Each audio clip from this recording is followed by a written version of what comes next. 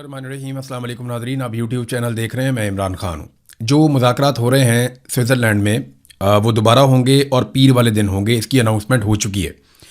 एक एलामिया भी जारी किया गया है मुश्तरका तौर पे, गो कि इस एलामिया में ज़्यादा कुछ नहीं है, कुछ तफसीलात नहीं है, लेकिन थोड़ा सा मैं आपको बता देता हूँ पहले एलामिया के बारे में, ताकि फ़र्दर चीज़ें मैं आपके सामने रखूँ। बहुत इंटरेस्टिंग डेवलपमेंट्स हैं जो होने जा रही हैं। नंबर एक तो ये है कि जो एलामिया है, एक तो ईरान के जो वजारत ख़ारजा के तर्जुमान हैं उन्होंने स्टेटमेंट दिया कि पीर वाले दिन हम दोबारा मुज़ाकरात करेंगे, और इससे पहले जो मुज़ाकरात हमारे हुए हैं उनमें कुछ चीज़ें हमारी तय पाई हैं। एलामिया भी यही बता रहा है कि एक कमेटी बनाई जाएगी, और ये जो कमेटी बनाई जाएगी ये चीज़ों को तय किया करेगी और दोनों तरफ से जो मुज़ाकरात कार हैं उनको आगाह करेगी और उनसे डेवलपमेंट लेने के बाद चीज़ों को कंपाइल करेगी।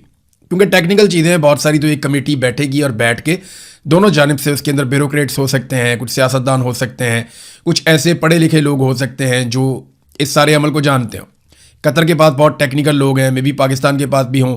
ईरान जो है वो वैसे ही बहुत तेज़ हैं, ईरानी मुज़ाकरात के मैदान में किसी को अंदाज़ा नहीं था, और अमेरिकन तो ये काम पूरी दुनिया में करते रहते हैं।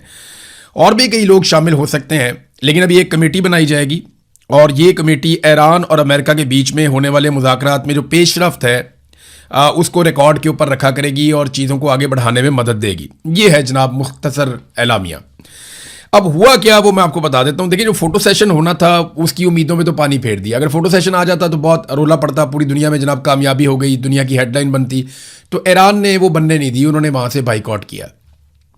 बाइकआउट तो नहीं कह सकते आप, वॉकआउट कह सकते हैं। वॉकआउट किया उन्होंने कि हम यहाँ से जा रहे हैं, और उसकी वजूहात उन्होंने सादी सादी बताई। तो डोनाल्ड ट्रंप बहुत बदतमीज़ी कर रहे हैं, वो जो बातें कर रहे हैं वो जेब नहीं देती, यानी वो लगातार हमें धमकियाँ दे रहे हैं, लगातार हम पे हमले की बात कर रहे हैं।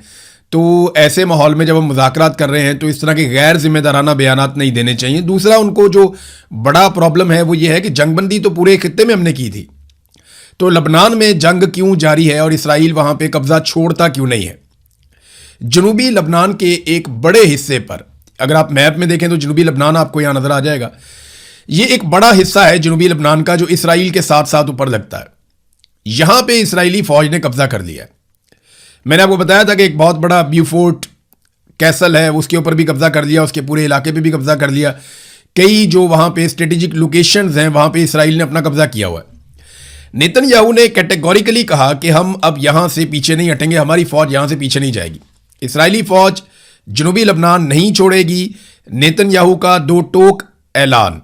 इसराइली फ़ौज जनूबी लबनान में कायम सिक्योरिटी जोन में अपनी मौजूदगी बरकरार रखेगी और वहाँ से इनखला का फैसला सिर्फ इसराइल की सिक्योरिटी ज़रूरियात को मद्देनज़र रखकर किया जाएगा। ये वो कहते हैं कि इसराइल का जो शुमाली इलाका है उसके साथ अब जो लबनान का वो जनूबी एरिया लगेगा ना, क्योंकि एक तरफ का जनूब है एक तरफ का शुमाल है। वो कह रहे हैं जी इसको महफूज रखने के लिए हम वो इलाका खाली नहीं करेंगे, उसको नहीं छोड़ेंगे। अच्छा, अब वहाँ पर क्योंकि इसराइल ने कब्ज़ा किया है तो कब्ज़ा छुड़वाना जो है मकामी लोगों की जिम्मेदारी होती है। अब वो अपना कब्ज़ा छुड़ाने के लिए जोर लगा रहे हैं, जिसे हिजबुल्लाह के हमले करार दिया जा रहा है, और हिजबुल्लाह ही है जो जोर लगा रही है। तो इसमें अमेरिका ये कहता है कि हिजबुल्लाह को कहो कि वो इसराइलियों को अपना इलाका खाली करने पर मजबूर ना करे। यानी हिजबुल्लाह के इलाकों पे जो कब्जा कर लिया इसराइल ने, वो कब्जा वापस छुड़वाने के लिए हिजबुल्लाह कुछ ना करे। अच्छा, हिजबुल्लाह अगर कुछ ना करे तो फिर कौन करेगा? किसी को तो करना पड़ेगा। डोनाल्ड ट्रंप को जोर लगाना पड़ेगा, अमेरिका को या इत्तहादियों को, कि आप इसराइल को कहें कि वो जो इलाके लबनान के हैं वो लबनान को वापस कर दे और जनूबी लबनान से निकलकर इसराइली हुदूद में वापस चला जाए, चीज़ें नॉर्मलाइज हो जाएंगी। अब ईरान ने फ़ोटो ना बनवाकर काफ़ी उम्मीदों पर पानी तो फेर दिया, लेकिन कुछ चीज़ें जो है ना बहुत ज़रूरी है आने वाले दिनों में। पीर को दोबारा मुज़ाकरात होने हैं। ये जो चीज़ें ज़रूरी है ना, उनमें एक तो ये कि डोनाल्ड ट्रंप पे कंट्रोल। डोनाल्ड ट्रंप को अपने ऊपर खुद भी कंट्रोल करना पड़ेगा और अमेरिकी एस्टेब्लिशमेंट को भी डोनाल्ड ट्रंप पे कंट्रोल करना पड़ेगा। नंबर 2, इसराइल पर कंट्रोल। इसराइल को रोकना पड़ेगा कि वो कोई चंगारी दोबारा ना भड़काए, दोबारा से फिर आग लग जाएगी, दोबारा जंग हो जाएगी। नंबर 3, जो फ्रेमवर्क एक बन गया है 14 पॉइंट्स का, उसके अंदर रहना पड़ेगा सबको। ईरान ये भी कोशिश करेगा। तो ईरान टेबल पर ज़्यादा से ज़्यादा हासिल करना चाहता है, क्योंकि उसे अंदाज़ा है कि अमेरिका अब इस जंग को मज़ीद नहीं लड़ना चाहता और अमेरिकन को सिर्फ फेस सेविंग चाहिए अपने शहरियों के सामने। तो जितनी फेस सेविंग उन्हें चाहिए उतनी तो नहीं मिलेगी, लेकिन कुछ ना कुछ फेस सेविंग अमेरिकन को मिल जाएगी। लेकिन ईरानी वफद को भी फेस सेविंग चाहिए। उनके ऊपर भी मुश्तबा खामनाई का और ईरानी कौम का बड़ा दबाव है, और वो अपने पीछे बहुत सारी लाशें छोड़ कर आए, बहुत सारे शहीद छोड़ कर आए हुए हैं। अभी तो आयतुल्लाह अली खामनाई की तदफीन भी नहीं हुई, तो इनके ऊपर भी बहुत दबाव है, इन्हें भी बड़ी फेस सेविंग चाहिए। तो शहबाज शरीफ और फील्ड मार्शल ने अच्छा काम किया, इन्होंने जोर लगाया। हालांकि फील्ड मार्शल का ये डोमेन नहीं है, वो अपनी आईनी हुदूद से बाहर निकल गए, उन्होंने अपने हलफ की खिलाफ वर्जी की, लेकिन फिर भी शहबाज शरीफ ने, उनकी सरकार ने, मौजूदा रजीम ने जोर लगाया, चाहे अमेरिकन को खुश करने के लिए लगाया, उनको फेस सेविंग देने के लिए लगाया, लेकिन कम से कम इसका दुनिया को फायदा हुआ और जो अच्छी बात है उसको एक्सेप्ट कर लेना चाहिए। हाँ, अब शहबाज शरीफ को और फील्ड मार्शल को वापस पाकिस्तान आकर पाकिस्तान पर तवज्जो देनी चाहिए। यहां जो है वो चोरी के मैंडेट के ऊपर तमाम इदारों पर इन्होंने कंट्रोल किया हुआ है और पार्लिमान को भी यरगमाल बनाया हुआ है।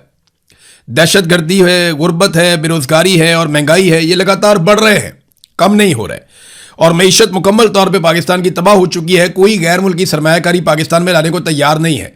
लगातार सरमायाकारी गिरती चली जा रही है और लोग पाकिस्तान से पैसा निकालकर बाहर ले जा रहे हैं, चाहे वो पाकिस्तानी हैं, चाहे वो गैर मुल्की सरमायाकार हैं।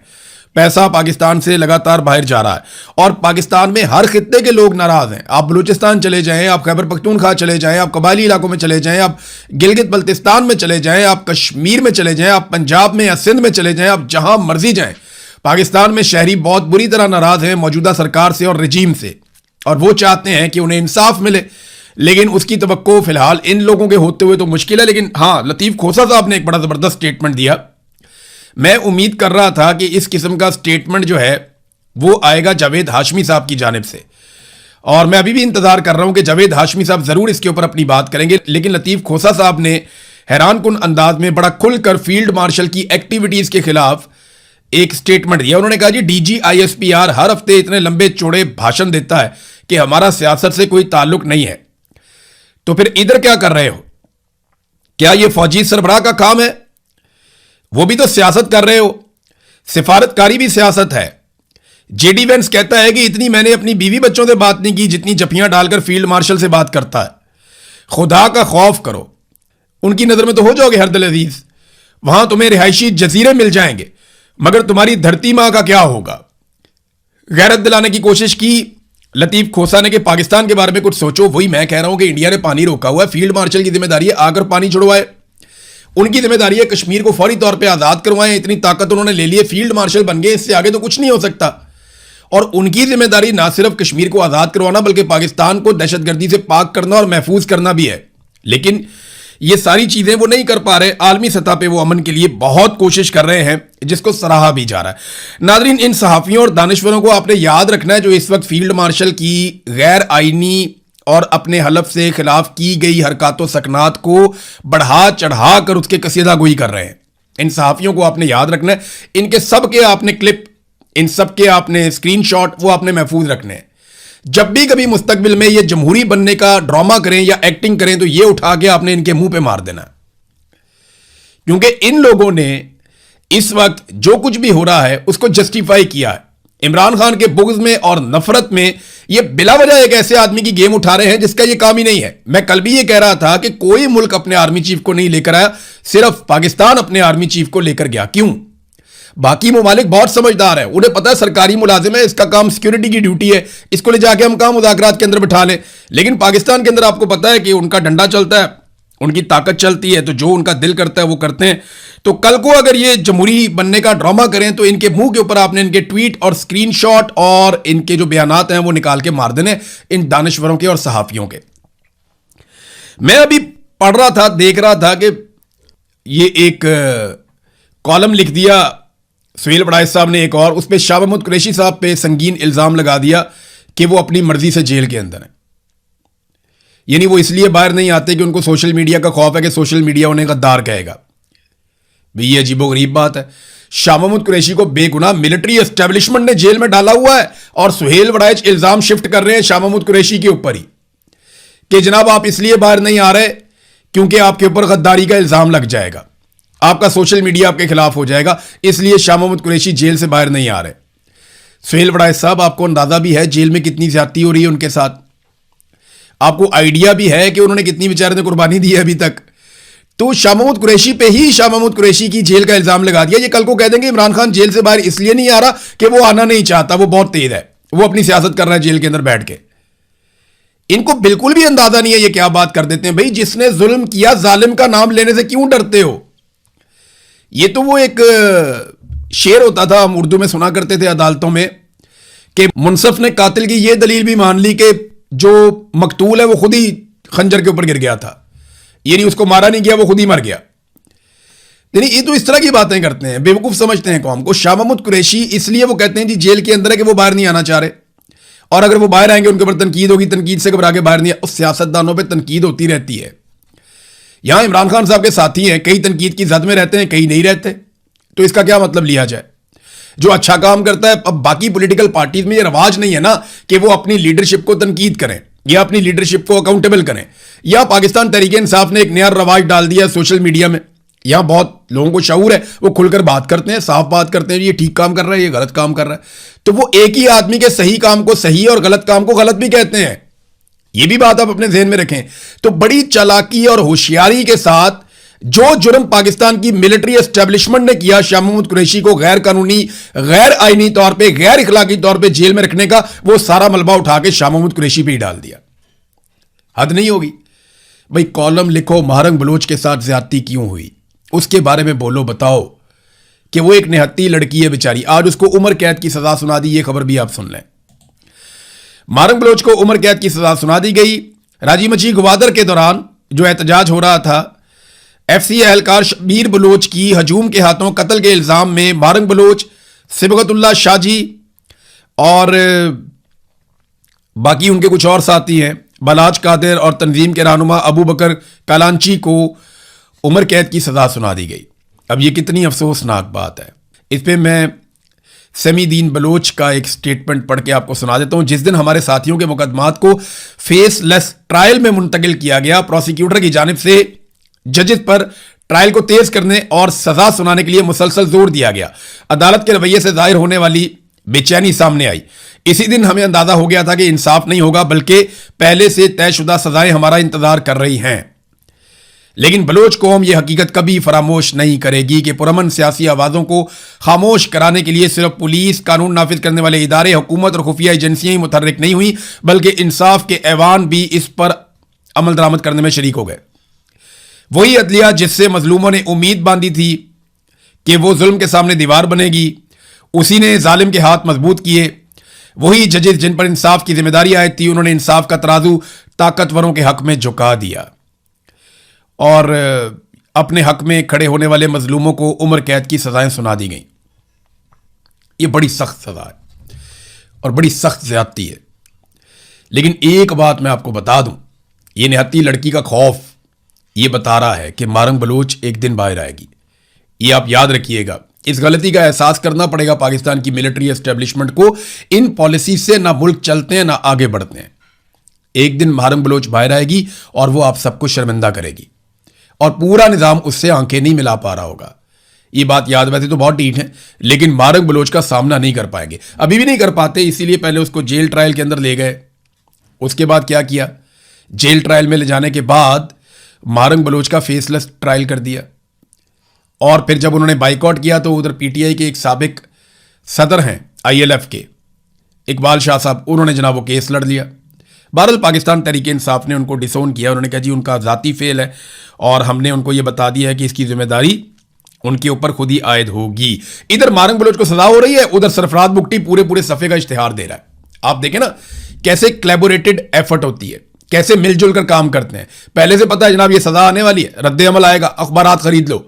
सारे अखबारात के फ्रंट पेजेस खरीद के वहां पे बड़े बड़े इश्तिहारात छाप दिए। जंग अखबार देख लें, दुनिया अखबार देख लें, पूरे पूरे सफ़े का इश्तिहार छाप दिया। और देखें लिखा क्या हुआ उसके ऊपर। उसके ऊपर लिखा हुआ है, ये जुमला आप पढ़ें आप हैरान हो जाएंगे कि जनाब बस ठान लिया तो ठान लिया। खबर की तरह का छापा हुआ इश्तिहार, पूरा सफा लिया हुआ दुनिया का, वो आगे जंग का भी।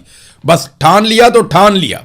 सरफराज बुगटी, बलूचिस्तान की तारीख का इनकलाबी और अवाम दोस्त बजट हमने पेश कर दिया। नीचे शेर व शायरी है, बलूचिस्तान का अहद है, फलाने फलाने शोबे में हमने ये कर दिया वो कर दिया। उधर महारंग बलोच को पकड़ के अंदर कर दिया। कोई एक सड़क बताएं जहां पे लोग जा सकते हो। इसी अखबार के आप 8वें सफ़े पे यानी बैक पेज पे आप जाएं तो वहां खबर छपी हुई है कि ये जो जलमक्सी और सौराब के इलाके में हमले हुए हैं, गवर्नर हाउस का कैंप ऑफिस और एसएसपी हाउस जो है उसे नजर आतिश कर दिया गया है।